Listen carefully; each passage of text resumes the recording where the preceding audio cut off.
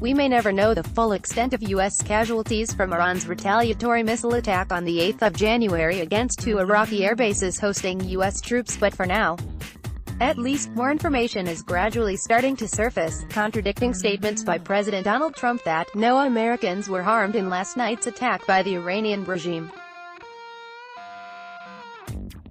We suffered no casualties. It is reasonable to be skeptical of attempts to downplay and disregard any serious casualties or fatalities from the attacks, dubbed Operation Martyr Soleimani, after the assassinated Iranian general, Qasem Soleimani, which prompted Iran's proportionate response.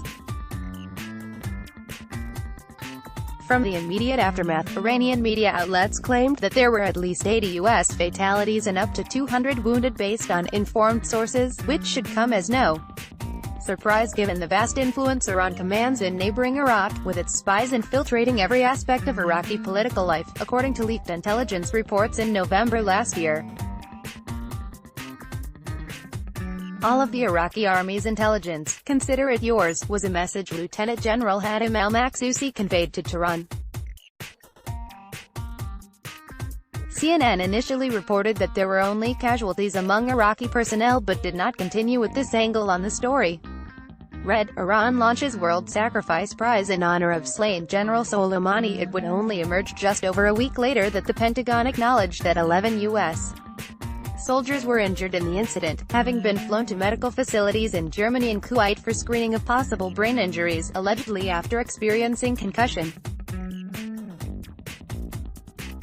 It has been suggested that the Pentagon sat on this information for political purposes, although this has been denied, and it has insisted it was unaware of the numbers until a week after the attack. Every week a new group of U.S. soldiers' injuries revealed more U.S. troops have been flown out of Iraq to Germany for potential concussion injuries from the Iranian missile attack of Jan. 8, U.S. defense officials said Tuesday. https://t.co/f7rn9vsv https://t.co/ep7xpip6f Elijah J.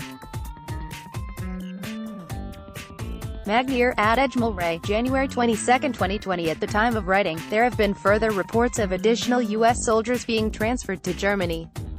On Wednesday, Trump was criticized by some observers for downplaying the seriousness of the brain injuries, telling reporters at Davos, I heard that they had headaches and a couple of other things, but I would say and I can report it is not very serious. When asked about the 11 U.S. servicemen injured in the Iran airstrikes, President Trump told Atweja he didn't consider them serious injuries relative to other injuries I've seen. https://t.co/anmidshow6apic.twitter.com/BoschDutchSees, CBS News, at CBS News, January 22, 2020. What has not made it to corporate news, however, was the Kuwaiti newspaper report on Sunday from Al-Qabas that 16 U.S. soldiers were flown to a hospital at a Kuwaiti airbase, some reportedly fatally wounded, suffering severe burns, and some with shrapnel wounds. The report added that the injured soldiers underwent surgery and are being kept in intensive care. Read, 16 U.S. soldiers flown to Kuwait hospital after Iran strike. The Ain al-Assad air base was singled out in particular not only due to the fact that it hosts the highest number of U.S. troops in the country and was even visited by Trump after Christmas 2018 as his first visit to combat troops, a delayed presidential tradition which drew criticism from some corners, but also because that is where Reaper drones were based, the same used to kill Soleimani near Baghdad airport. Thousands of people attend the funeral ceremony of Qasem Soleimani, commander of Iranian Revolutionary Guards Quds forces, who was killed in a U.S. drone airstrike in Iraq, in Tehran, Iran on 6 January 2019, Fatima Barami, Anadolu Agency. Critically, in spite of the advanced warning via the Iraqi authorities, none of the 15 ballistic missiles were picked up by U.S. air defense systems, precisely because there were no interception options, rendering the base vulnerable to the barrage of missiles. Even if Patriot defense systems were present, they would not have protected the base as they have proven not to work following the Saudi Aramco attacks last year, a lemon of a missile defense system, according to Foreign Policy. the Saddam-era bunkers, the personnel sought refuge in would have offered little protection from the missiles, reported CNN, but then again, the Iranians did not intend to target the soldiers. Ali Hajizadeh, IRGC Aerospace commander, the U.S. lie about having no casualties. If they are truthful, we call on them to open up Ain al-Assad base to scrutiny. 9 planes transported U.S. casualties to the U.S., Jordan. He also claimed some 104 targets belonging to the U.S. and its allies have been identified across the region, should the U.S. make any mistake again. It is worth noting that the initial strikes are not to be interpreted as the full response, rather Iran will seek to play the long game in exacting its hard revenge, with the strategic goal being the withdrawal of the U.S. from the region. Anti-war activists hold banners during a protest in front of the White House following the killing of Iranian Revolutionary Guards Quds Force commander Qasem Soleimani by a U.S. airstrike in the Iraqi capital Baghdad. On the 4th of January 2020 in Washington, U.S. Yassin Ozturk, Anadolu Agency, one article last week on Citizen Truth goes as far as to claim 143 military personnel were killed, reiterating that all casualties taken aboard 9 separate flights, apparently obtaining confirmation from officials in Tehran that further evidence will soon be made public. Soleimani's successor vows manly revenge. It may well be that in downplaying or sitting on facts, it provides a means to de-escalate the situation, as the hawks in Trump's administration and certain sections of the American public would consider inaction by the president to U.S. deaths or indeed injuries to be a sign of weakness and may prove harmful to Trump's re-election bid.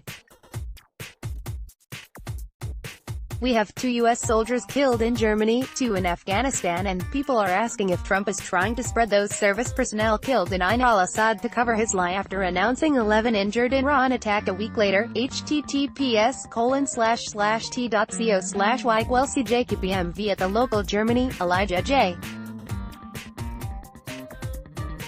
Magnier, Adage Mulray, January 18, 2020. Some have speculated that the U.S. government will instead opt for a safer approach in drip-feeding unrelated fatalities and injuries over an extended period.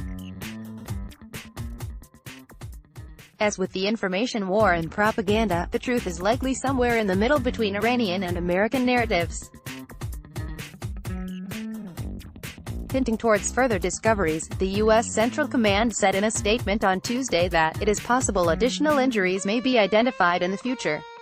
It will serve as a tactical setback to Washington. However, it is clear that more attacks will occur, not only as part of Iran's retaliation, but especially from Iraqi resistance factions, now that the U.S. has reverted back to an occupying force there.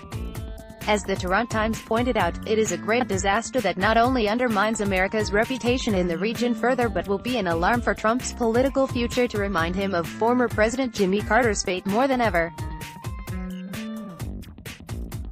Red missile launchers found in Baghdad day after attack on U.S. Embassy. The views expressed in this article belong to the author and do not necessarily reflect the editorial policy of Middle East Monitor. Let's block ads. Why?